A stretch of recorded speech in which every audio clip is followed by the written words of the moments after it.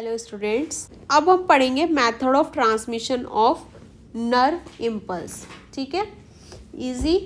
चलिए फटाक से देख लेते हैं। मैंने स्टार्टिंग में ही बताया था, इसमें दो टाइप के रहते हैं। एक तो इलेक्ट्रिकल ट्रांसमिशन जो कि अलोंग द न्यूरॉन ही रहेगा, और एक रहेगा केमिकल ट्रांसमिशन जो अक्रॉस द सिनेप्स करेगा, क्योंकि इसमें one neuron to another neuron signal transfer होंगे by the help of chemical transmission acetylcholine neurotransmitter के थ्रू एक न्यूरॉन से दूसरे न्यूरॉन में इम्पल्स जाएगा।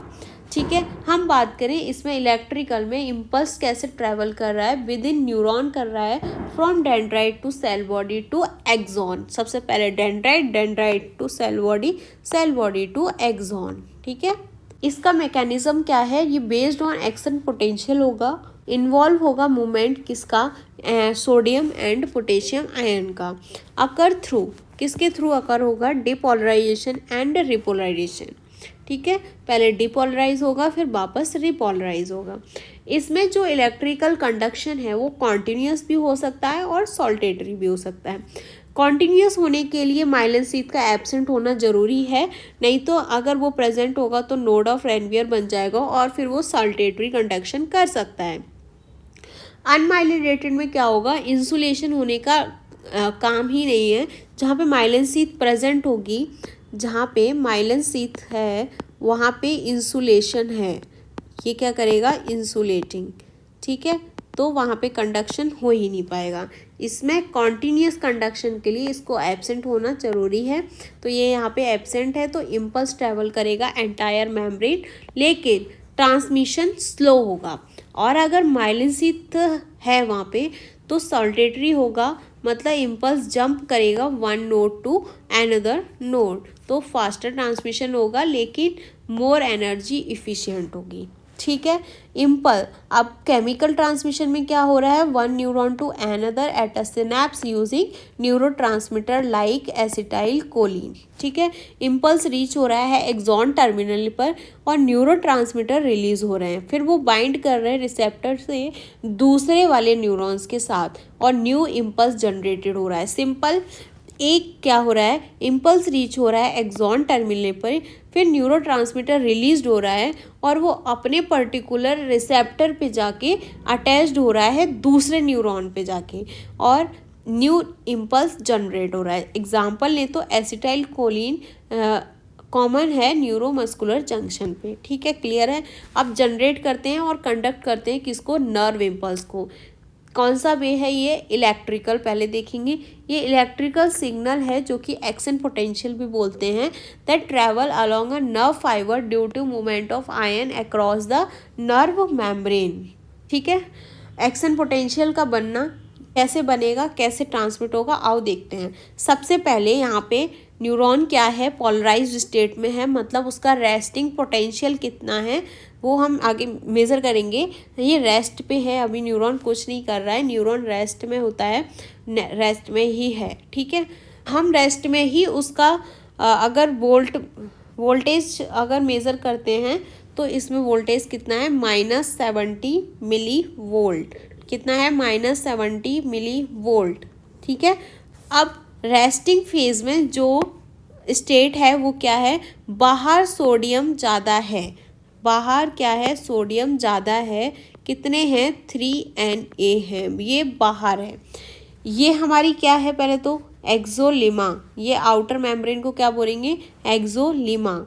ठीक है, इसमें एक्सोप्लाज्म प्रेजेंट है। ठीक है, एक्सोप्लाज्म प्रेजेंट है, ये एक एक्सॉन का ही डायग्राम है। डायग्राम किसका है, एक्सॉन का। ये हमारा क्या है, कहाँ लिख दूँ, ये हमारा एक्सॉन ही है। ठीक है, और ये एक्सोप्लाज्म है, एक्सोप्लाज्म।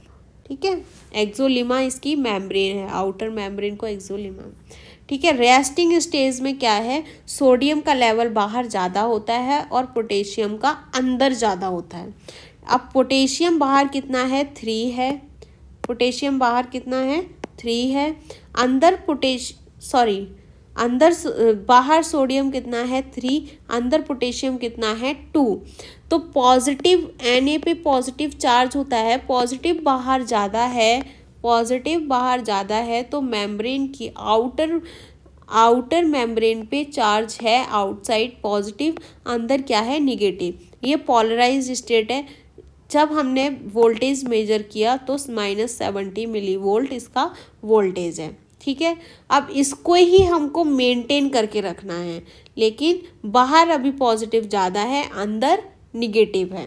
ठीक है, जो हमारे Na के पंप है ये एक्सॉन पे ही, ये 3 तो फिक्स हैं, Na के पंप, Na प्लस वोल्टेज और K plus voltage gated channel.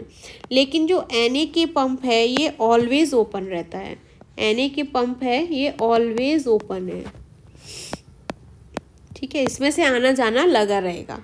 अब ये Na एंड K वोल्टेज कब ओपन होते हैं, चलो देखते हैं।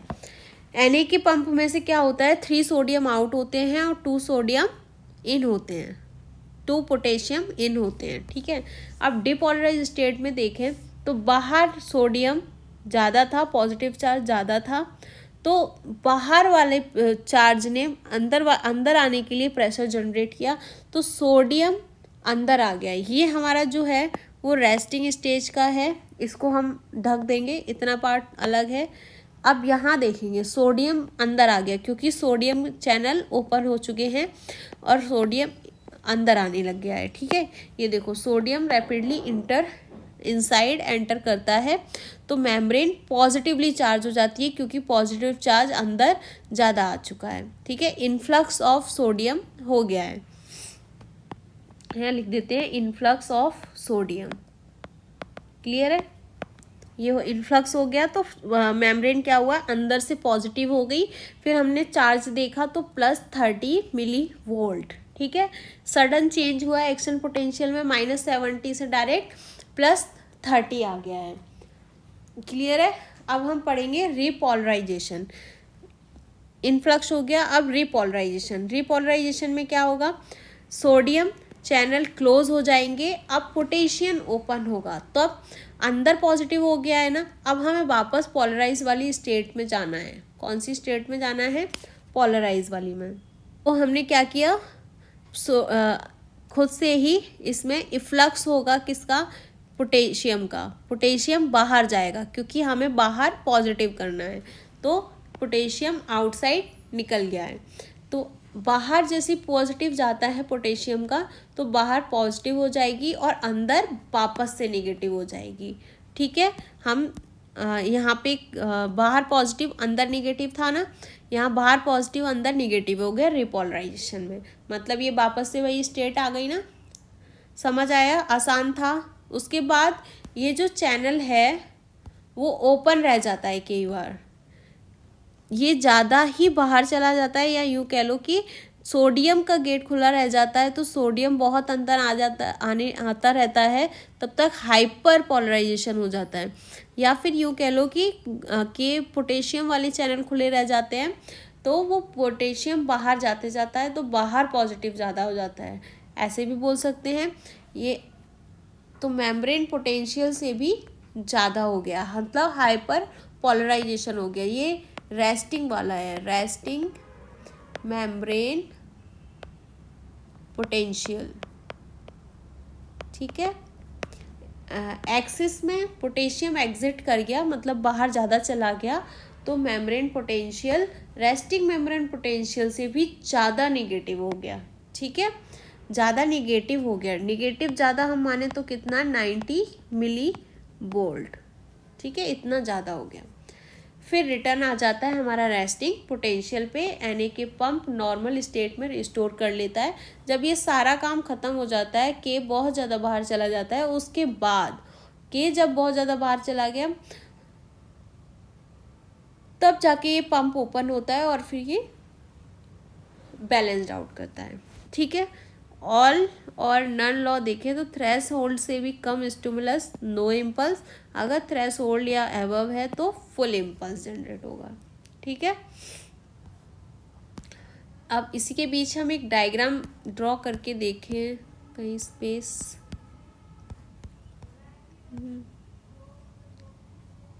एक छोटा सा डायग्राम बताना था मेरे को, यहाँ देख लेते हैं। एक जैसे ये कुछ ठीक है, यहाँ पे मैंने लिया 0 बीच में 0 मिली वोल्ट। ठीक है, यहाँ मैंने रेस्टिंग पोटेंशियल लिया 70 मिली वोल्ट। ठीक है, यहीं से मैंने स्टार्ट किया। सोडियम का इन्फ्लक्स हुआ, सोडियम इन्फ्लक्स हुआ, तो यहाँ पे हम क्या बोलेंगे, डिपोलराइजेशन।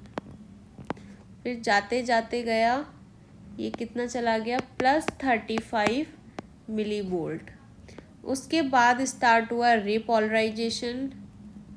ठीक है, रिपोलराइजेशन,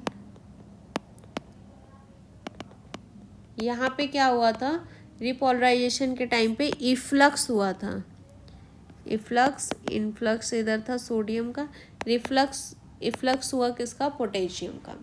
उसके बाद जब ये और ज़्यादा इफ्लक्स हो गया तो इस स्टेज को हमने बोला हाइपर, ये वाला जो है वो हाइपर पोलराइज्ड, हाइपर पोलराइजेशन। तो और नेगेटिव हुआ तो कितना हुआ, 90 मिली वोल्ट। ठीक है, ये हमारा हाइपर पोलराइजेशन है। समझ आया ये ग्राफ, इजी था।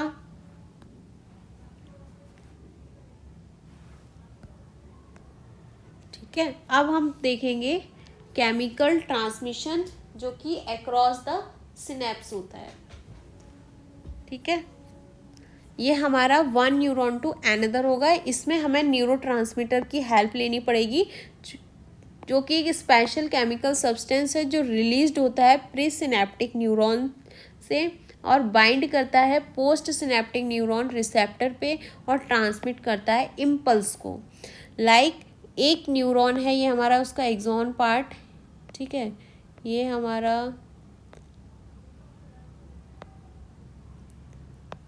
ये एक हमारा ये है और दूसरा न्यूरॉन यहाँ पे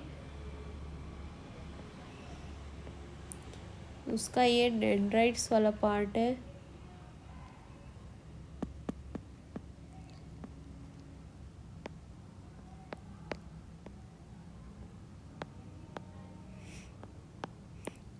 कुछ इस तरीके का दो एक्सॉन रहेंगे यहाँ पे। जो फर्स्ट वाला पार्ट रहेगा उसको प्री सिनेप्टिक बोलेंगे, मैं दिखा देती हूँ। ये एक हमारा न्यूरॉन है, ठीक है, ये एक न्यूरॉन है, ये दूसरा न्यूरॉन है। अब जो ये पहले वाला न्यूरॉन है, ये यहाँ पे पहले देखो कि एक न्यूरॉन ये है, दूसरा न्यूरॉन ये है। फर्स्ट वाले न्यूरॉन का ये क्या है, लास्ट में सिनेप्टिक नॉब वाला पार्ट है और ये वाला पार्ट है डेंड्रॉइड्स वाला। तो डेंड्रॉइड्स पे क्या रहेंगे, हमारे रिसेप्टर प्रेजेंट रहेंगे, हम इसको बोलेंगे पोस्ट सिनेप्टिक न्यूरॉन।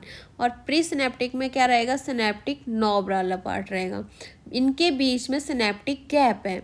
अब इसमें कुछ सिनेप्टिक वेसिकल्स होते हैं प्री सिनेप्टिक न्यूरॉन में, जिसमें न्यूरोट्रांसमीटर फिल होता है। इसमें हमारा न्यूरोट्रांसमीटर ACH भी हो सकता है, डोपामीन भी हो सकता है, कुछ भी हो सकता है।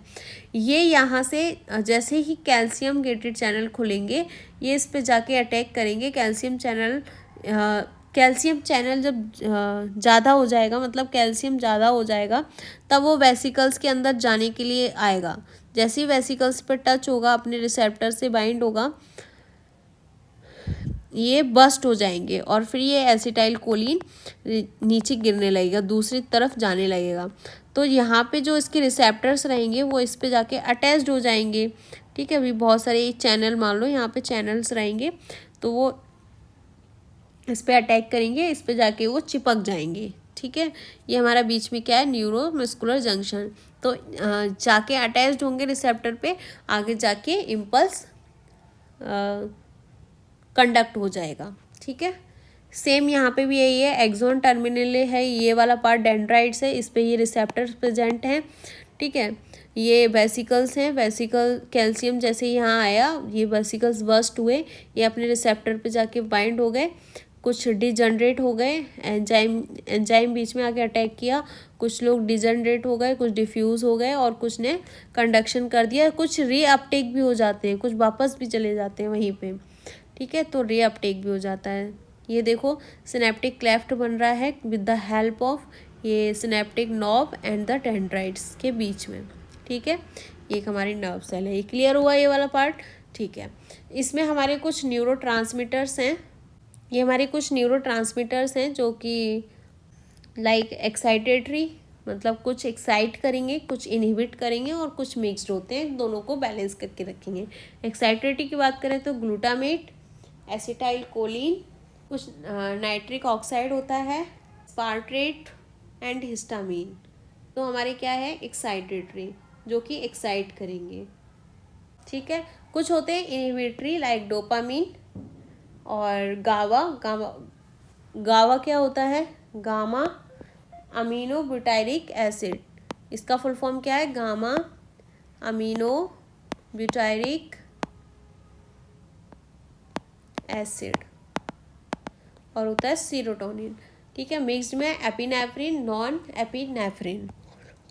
ये हो गया, ये वाला पार्ट मैंने समझा दिया है, अच्छे समझ आया। और ये भी सेम यही है जो मैंने बना रखा है। अब इस डायग्राम को एक बार अच्छे से देख लेते हैं। एक्सन, ये प्री सिनेप्टिक न्यूरॉन है ऊपर वाला पार्ट, ये वाला, और ये हमारा पोस्ट है डेंड्राइट्स वाला पार्ट, ठीक है। सबसे पहले एक्सन पोटेंशियल अराइव हुआ कहाँ पे, एक्सॉन टर्मिनल पे। ये एक्सॉन टर्मिनल है, उसी में ये सिनेप्टिक वेसिकल्स हैं। Voltage created, calcium channel open हुए and calcium enter the axon terminal.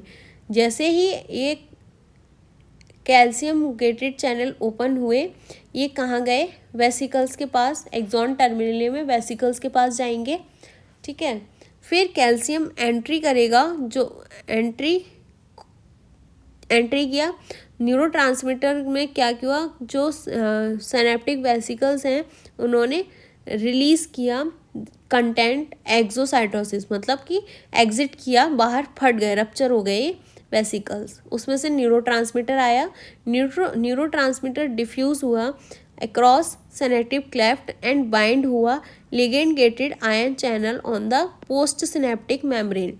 यहाँ पे आके कुछ चैनल्स होते हैं, लाइक सोडियम गेटेड चैनल होगा, पोटेशियम गेटेड चैनल होगा, क्लोराइड गेटेड चैनल होगा, ऐसे चैनल्स होते हैं, यहाँ पे रिसेप्टर्स होते हैं, इनसे जाके बाइंड किया। बाइंडिंग ऑफ न्यूरोट्रांसमीटर ओपन किया लिगेंड गेटेड चैनल को, आयन चैनल को, रिजल्टिंग हुआ ग्रेडेड पोटेंशियल। जैसे ही यहाँ पे बाइंड हुआ, ये एंट्री होना स्टार्ट हुई, चैनल, आयन के चैनल खुल गए हैं, ठीक है। तो यहाँ से इन्फ्लक्स होना स्टार्ट हुआ, आयन का मूवमेंट हुआ। उसके बाद रीअपटेक भी होता है प्री सिनेप्टिक न्यूरॉन से, एंजाइम डिग्रेडेशन भी होगा, डिफ्यूज़ भी होगा। रिड्यूस न्यूरोट्रांसमीटर लेवल को कम करने के लिए 3 प्रोसेस होगी। क्या होगी, एंजाइम डिग्रेडेशन होगा, डिफ्यूज़न अवे फ्रॉम सिनेप्स होगा, और कुछ रीअपटेक होगा। जो न्यूरोट्रांसमीटर होते हैं बहुत ज़्यादा क्वांटिटी में अगर रिलीज़ होते हैं तो ये 3 प्रोसेस होके उसको न्यूट्रलाइज किया जाता है, कम किया जाता है, ताकि इम्पल्स बहुत ज़्यादा जल्दी नहीं जनरेट हो, ठीक है। क्योंकि वो उससे सीजर्स भी आने लगते हैं। सीजर्स वाली कंडीशन में यही होता है, बहुत जल्दी कंडक्शन होना स्टार्ट हो जाता है, ठीक है। क्लियर है, बहुत ईजी था। अब एक ओवरव्यू लेंगे। Pre synaptic neuron carry impulses, calcium channel open हुए, कैल्शियम का इन्फ्लक्स हुआ, उसकी हेल्प से न्यूरोट्रांसमीटर रिलीज़ हुए। हाँ, फिर न्यूरोट्रांसमीटर की क्वांटिटी ज़्यादा ना हो, कम हो, इसलिए ये कोलिस्टरेज एंजाइम है जो डिस्ट्रॉय करता है एक्स्ट्रा न्यूरोट्रांसमीटर्स को, और एसिटाइल कोलिन है वो बाइंड करता है एसिटाइल कोलिन रिसेप्टर से, जो कि प्रेजेंट होता है सोडियम चैनल पे। सोडियम चैनल ओपन हुए, सोडियम का इन्फ्लक्स हुआ कि ऑलरेडी वहाँ पे प्रेजेंट था, डबल पॉजिटिवली मेम्ब्रेन हो गई, और इससे मसल कॉन्ट्रैक्ट हो गई और इम्पल्स भी ट्रांसमिट हो गया, ठीक है। इजी था। अब कुछ गिलियल सेल, जो कि मैंने बोला था ये सपोर्टिंग सेल है, ये एक्शन पोटेंशियल को जनरेट और कंडक्ट नहीं करते हैं, just a supporting sales for neuron, ठीक है। ग्लियल सेल है, ग्लू लाइक सेल है, सपोर्टिंग सेल है, प्रेजेंट करती है इन्फेक्शन से, क्योंकि इसमें माइक्रोग्लियल सेल्स भी हैं, ठीक है। हेल्प करेगी फॉर्मेशन ऑफ माइलिन शीथ में, प्रोवाइड करेगी न्यूट्रिशन, ठीक है। अब आती है glial cells and their function. CNS में और पीएनएस में दोनों में अलग अलग टाइप की ग्लियल सेल होती हैं, दोनों का काम अलग अलग होता है हेल्प करने का। सेंट्रल नर्वस सिस्टम में 4 टाइप की सेल्स होती हैं, astrocyte, ependymal cells, oligodendrocyte and microglia. Microglia का नाम अच्छे से समझ आ रहा है, फैगोसाइटोसिस का काम करेगा। ये ब्रेन्स इम्यून सेल हैं जो कि रिमूव करती है डेड सेल्स को और पैथोजेंस को, ठीक है। माइक्रोग्लिया हमारा क्लियर है। ओलिगोडेंड्रोसाइट क्या करता है, माइलिन शीथ का फॉर्मेशन करने में हेल्प करता है, किसमें, सीएनएस में, और जो पीएनएस में है वो स्वान सेल काम करती है माइलिन शीथ फॉर्मेशन कराने के लिए। क्लियर है, ये दोनों तो इजी है। उसके बाद एपेंडाइमल सेल क्या करती है, स्पाइनल कॉर्ड की लाइंस बनाने में और वेंट्रिकल्स की लाइन बनाने में, और इन्वॉल्व होती है प्रोड्यूस करने में क्या, सीएसएफ को प्रोड्यूस कराने में हेल्प कौन करती है, एपेंडाइमल सेल। ये हम जब वेंट्रिकल और सीएसएफ पढ़ेंगे इसका बहुत बड़ा रोल आएगा, हम वहीं पे इसको अच्छे से डिटेल में देखेंगे। एस्ट्रोसाइट का काम क्या होता है, मेंटेन करता है ब्लड ब्रेन बैरियर को, कंट्रोल करेगा एक level of transmitter around the synapse, और रेगुलेट करेगा आयन को, और प्रोवाइड करेगा मेटाबॉलिक सपोर्ट। ये एक लार्जेस्ट न्यूरोग्लिया सेल है जो स्टार शेप की होती है। लार्जेस्ट न्यूरोग्लिया की बात करें तो कौन है, एस्ट्रोसाइट। अब हम पेरिफेरल नर्वस सिस्टम में देखेंगे, स्वान सेल का, माइलिन शीथ का फॉर्मेशन कौन करा रहा है, स्वान सेल। कहाँ पे, पीएनएस में। सीएनएस में कौन है, ओलिगोडेंड्रोसाइट। सैटेलाइट सेल का क्या काम है, ये सराउंड करते हैं न्यूरॉन सेल बॉडीज को इन गैंग्लिया, और रेगुलेट करते हैं न्यूरोट्रांसमीटर लेवल को, ठीक है। क्लियर है, न्यूरोग्लिया का काम समझ आ गया, सपोर्ट कर रहे हैं, फैगोसाइटोसिस की तरह काम कर रहे हैं, इम्यून सिस्टम को बूस्टअप कर रहे हैं, ब्लड ब्रेन बैरियर की तरह काम कर रहे हैं, और सीएसएफ का फॉर्मेशन करा रहे हैं, मतलब सेल को नरिश कर रहे हैं एक तरीके से, और माइलिन शीथ का फॉर्मेशन कर रहे हैं। पूरी तरीके से ये न्यूरॉन्स को सपोर्ट कर रहे हैं, ठीक है। सबके अलग अलग काम है, एस्ट्रोसाइट का अलग है, एपेंडाइमल का अलग है, ओलिगोडेंड्रोसाइट का अलग है, माइक्रोग्लिया का अलग है, और पेरिफेरल नर्वस सिस्टम में सैटेलाइट और स्वान सेल का काम अलग है, ठीक है। ब्लड ब्रेन बैरियर का क्या काम होता है, ब्लड ब्रेन बैरियर मतलब कि ब्लड और ब्रेन के बीच में, ब्रेन और ब्लड के बीच में बैरियर का काम करने वाला है। ब्लड हर जगह सर्कुलेट होता है, ज़्यादातर इन्फेक्शन उसी से हमें जाते हैं।